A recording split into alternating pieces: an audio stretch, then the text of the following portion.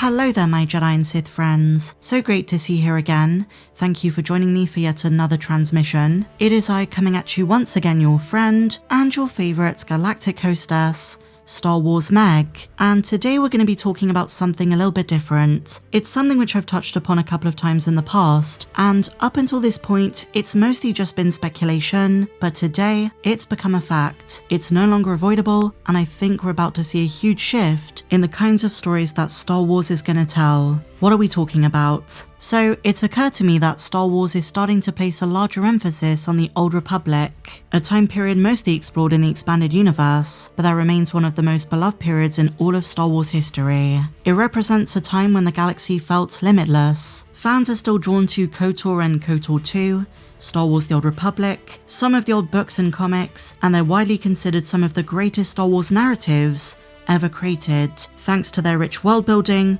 memorable companions, meaningful player choices, moral dilemmas, and my personal favourite aspect of the Old Republic, different philosophies where it concerns the Force, especially when you talk about characters like Revan, Bastila Shan, Darth Malak, and of course, the woman who wanted to destroy the Force, Kreia. And what I find really interesting about Old Republic fandom is because this era spans something like 24,000 years, you can pretty much latch onto any parts of it that you want and ignore the rest. It's no surprise that to this day, Star Wars fans just can't get enough of it. And while it's true, there are some fans who are defensive of the Old Republic. They don't want Disney to come near those characters or do anything canon with them. There are plenty who argue the opposite, that there is so much untapped potential with the Old Republic.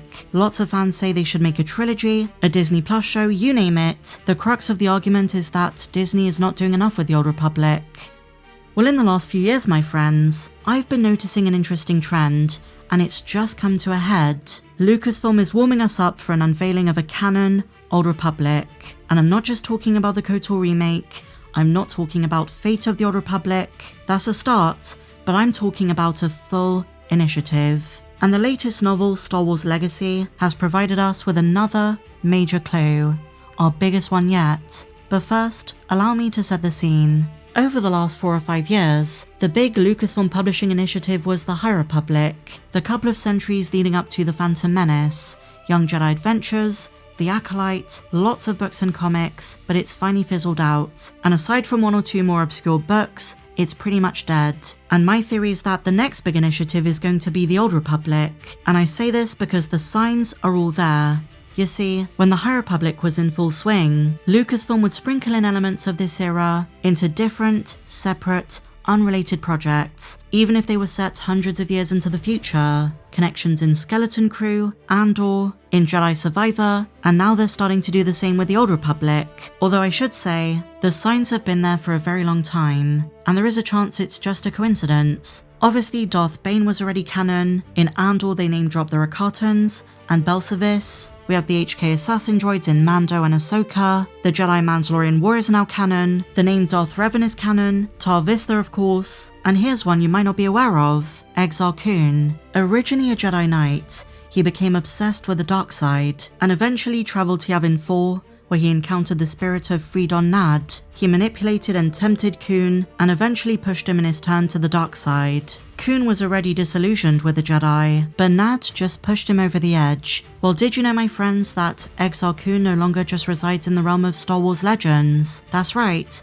he's canon, and has a fascinating connection to Solo, but also Maul Shadowlord. Dryden Voss's desk is made of a stone that was stolen from Exar Kun's temple. And because of this little detail, Exar Kun is officially canon. Another great example is that in the original version of The Acolyte, there was going to be a Sith holocron with recordings of Old Republic Sith. And speaking of The Acolyte and one of the original concepts for May, her appearance, including her lightsaber, evokes Revan.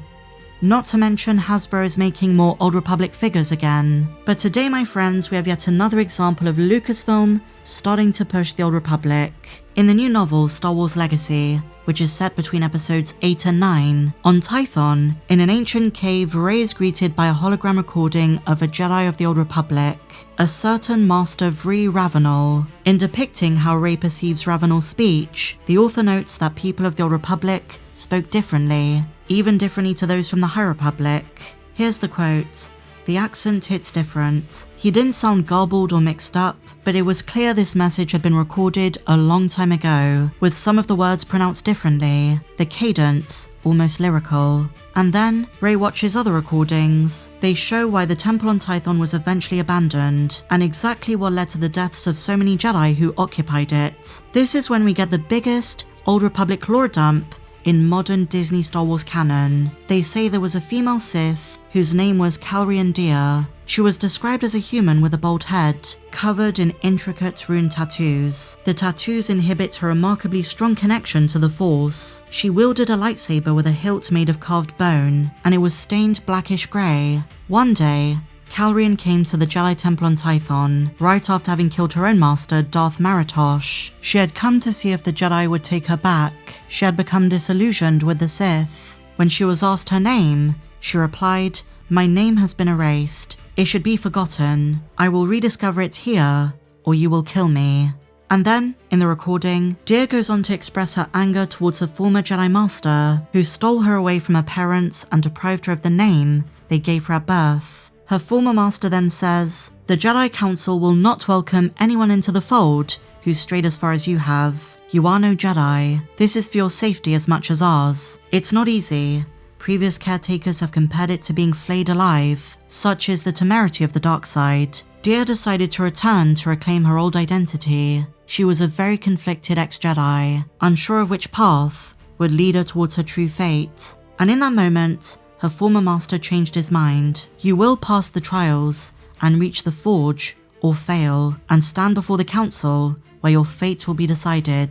But things don't go as planned. Even though Dia wants to relinquish the darkness within, she struggles to let go of it, and is drawn into a massive conflict with the Jedi of Tython. And during the clash, she kills off many of them, although her fate remains unknown. The book never tells us what became of Dia. Did she return to the Sith? Did she take on her own apprentice? But this book reveals a lot in terms of Old Republic lore. For instance, it goes on to explain the different worlds that the Sith occupied during this time, saying this: "The Sith were many, but through betrayal their numbers dwindled. The seeds of the Jedi have been sown on Ossus, Jeddah, Zenziar, and others. The Sith have no seeds, since what they bury does not grow. They are the despoilers of worlds, and have laid to waste once fertile habitats on Korriban, Zeost, Exegol, Asog, and others. Some of these planets originate in the expanded universe, and Exegol is likely the ancient spelling of Exegol. So it's interesting that this unsuspecting sequel-era book has so much lore to do with the Old Republic, because Lucasfilm would have given the author instructions on how to do it. So I'm wondering, is this going to be a wider initiative? And if so, how do you want them to do it? Some interesting food for thought, my friends. Share your thoughts on my theory and today's news in the comments down below.